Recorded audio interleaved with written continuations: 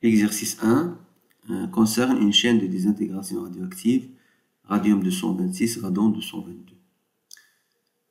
Alors la période du père T1 c'est 1600 années, et la période du fils c'est 3,82 jours, il est largement inférieur à celle du père.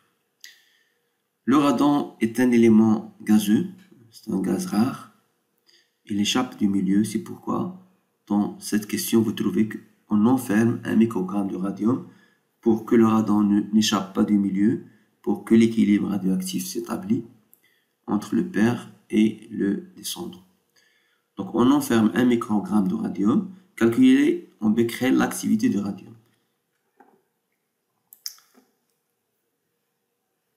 Donc exercice 1.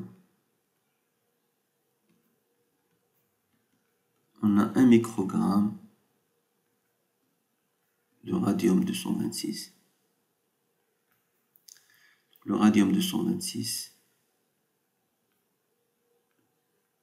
donne le radon-222. Le radium c'est avec A et le radon c'est avec N. Celui-là c'est un gaz.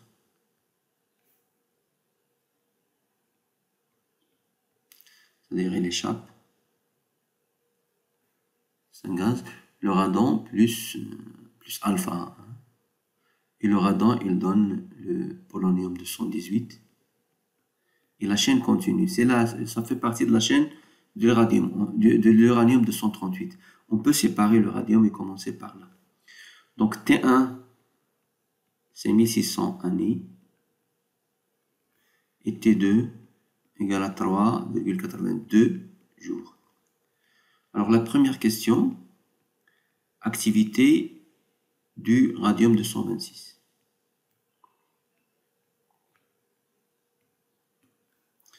Alors nous avons A de 1 g de radium-226 égale à l'activité spécifique du radium-226 égale à 1 curie par gramme. C'est par définition du curie. Donc AS du radium-226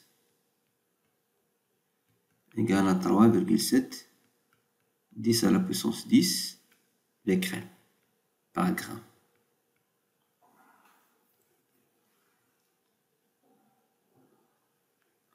Ce qui implique que l'activité de 1 microgramme de radium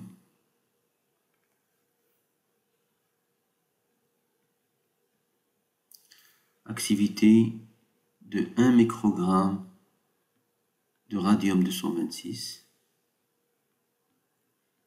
égale à 1 microcurie. Parce que l'activité elle est proportionnelle à la masse. 1 microcurie, donc c'est 3,7 10 à la puissance 10 fois 10 à la puissance moins 6. Micro c'est 10 moins 6, donc c'est 10 à la puissance 4 becquerel. La question numéro 2. Établir l'expression de l'activité du radon en fonction du temps écoulé à partir de la mise en capsule. Donc, vous allez voir, ceci s'est développé dans le cours. On a trouvé que N1 de T du père, le radium, c'est N10 exponentiellement lambda 1T et A1 de T égale à A10 exponentiellement lambda 1 fois T. N2 de T, c'est-à-dire du radon,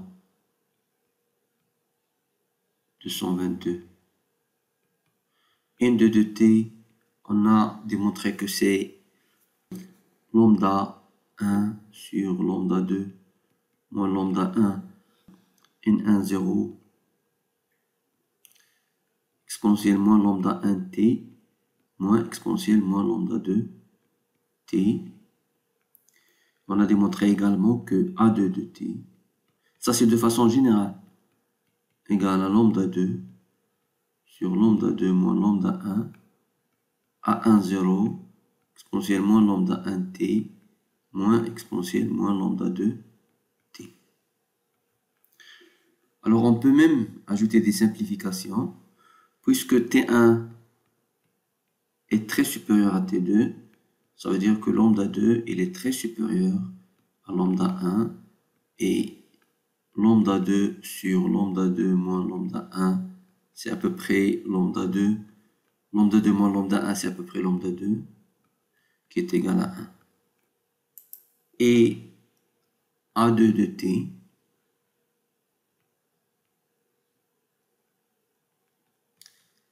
égale à lambda 1, A1 0, exponentielle moins lambda 1t, moins exponentielle moins lambda 2t. On peut même faire exponentielle moins lambda 1t au facteur, c'est A1 0, exponentielle moins lambda 1t, fois 1, moins exponentielle, moins lambda 2 moins lambda 1, fois t, qui est à peu près égal à A1 de t. Ça, c'est A1 de t. Et ça, c'est 1 moins exponentielle moins lambda 2 fois t.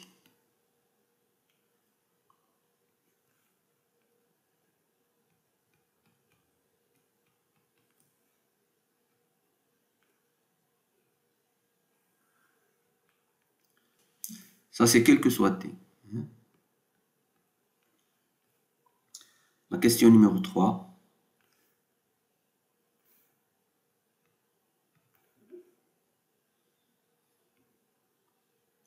Au bout de combien de jours l'activité de radon atteint 95% de celle du radium?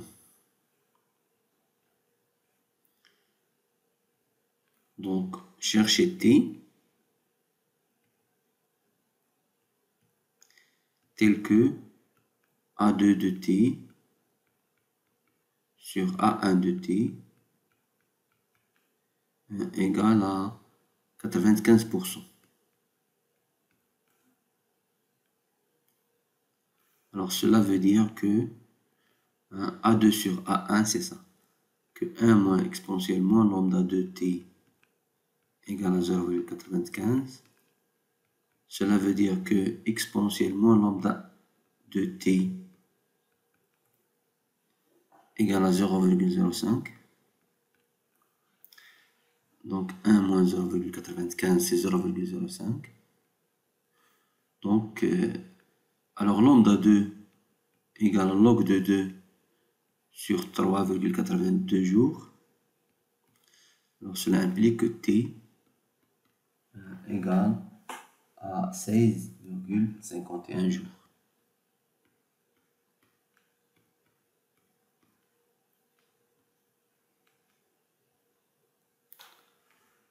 La question suivante. Représenter sur un même graphique la variation en fonction du temps des activités du radium et du radon. Donc sur ce graphique, j'ai représenté l'activité du radium et celle du radon. Au bout d'environ 100 jours, l'activité du radium reste constante, égale à 1 microcurie. Et l'activité du radon, il augmente. Et on atteint un équilibre environ, à t égale à environ 10 périodes, 10 T2. On atteint un équilibre radium-radon.